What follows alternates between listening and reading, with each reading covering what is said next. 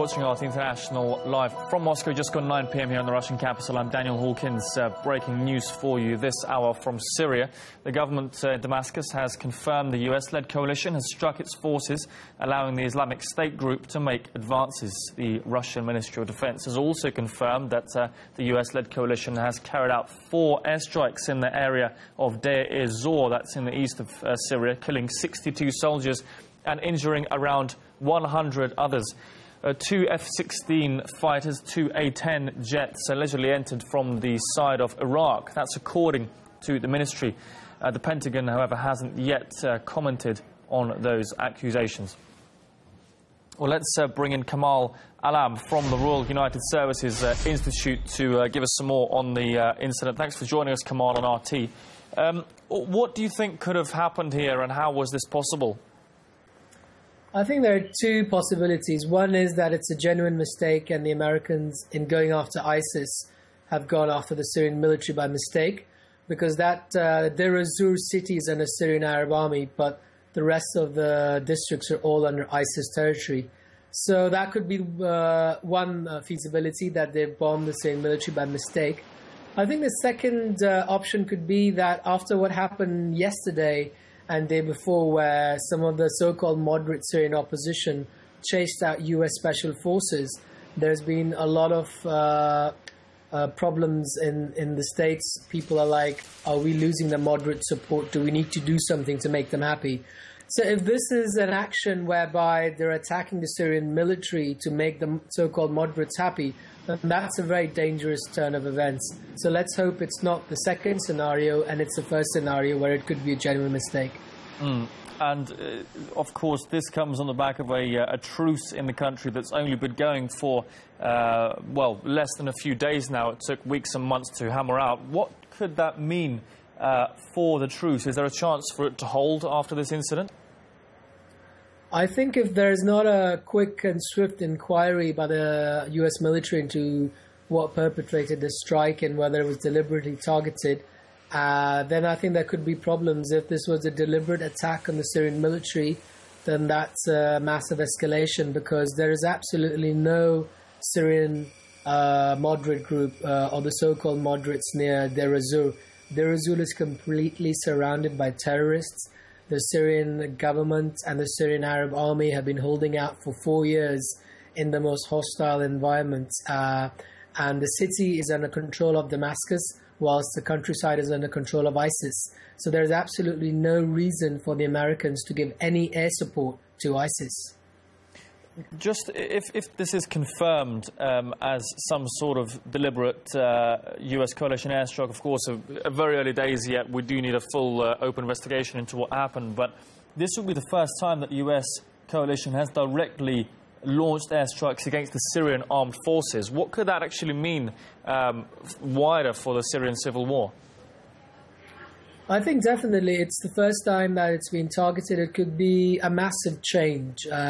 As I said, all the signs coming out of Washington and America over the last 6 months have been that they want to cooperate with Russia and the Syrian government in going after terrorism. So an escalation like this is obviously something that was not expected, or the Syrians were prepared for it. But I feel that because the terrorist groups that have been masking themselves as legitimate opposition are losing the battle, this could be a move to appease them, because Golani, the leader of one of the Syrian terrorist groups, is in Qatar today. In fact, gave an interview to Al Jazeera. This could be some kind of move to appease the Syrian groups, to tell them that they're still on their side. In any case, this is a very, very dangerous move. And if this is a genuine mistake, then obviously things will not change. But if it's not a mistake, then I think that could be the end of the ceasefire. I'm sure the Russians will not take it lying down either. We're just getting news, speaking of the Russians, from the Russian Ministry of Defense. They say they consider this airstrike, this coalition airstrike, to be a sign of unwillingness for the US to coordinate its actions with that of the Russians. That's something that they've been calling on for a while, isn't it? Some sort of coordination here, a sharing of targets, of locations to enable some sort of joint operation task force here. I mean, could an event like this be a step perhaps to encourage the Americans to start sharing data, start coordinating? Or, as you say, is there more risk that the situation will escalate and turn negative as opposed to being a step towards, you know, both sides saying, look, we do have to start sharing coordinates, we have to start sharing intelligence to avoid these sorts of incidents? I think there was momentum building up over the last few weeks of complete US and Russian cooperation. And there have been a lot of senior retired American generals who've come out and said that American military must coordinate with the Russian military, including General Mike Flynn, who is the former director of Defense Intelligence Agency, who also traveled to Moscow to meet President Putin a few months ago. So there is significant percentage of the US military that believe in this cooperation. But then, of course, there is also a significant percentage of the military that do not want to cooperate with Russia. So I think on the positive side, this could be a wake-up call that they must work with the Russians, because the reason the Russian military has been successful is they have the right intelligence from the ground. And you can only have right intelligence from the ground if you're working with the Syrian intelligence and the Syrian military, because they are the fighting force on the ground that know where the coordinates are, along with the Russian special forces. So I think this could be a wake-up call if it's a positive sign. If it's a negative sign, this could drift the Russians and the Americans further apart.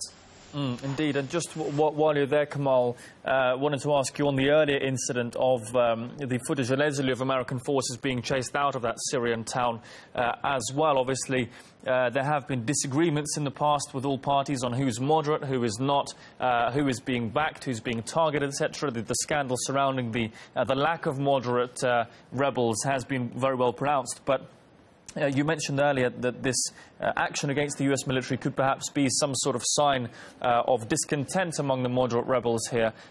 Could we perhaps see that growing across Syria on a wider scale, or do you think this was a one-off action in a specific area due to specific grievances?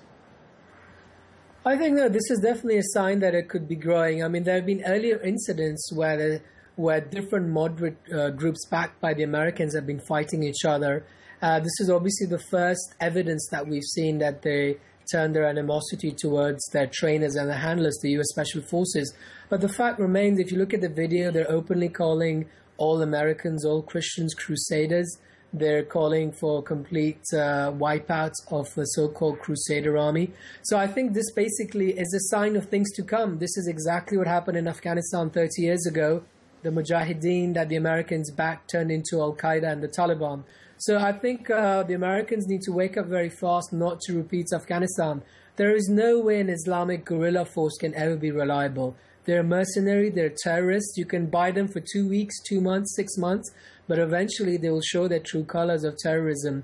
And they're very, very anti-Christian. And there's no way they would ever be reliable allies for any country in the world.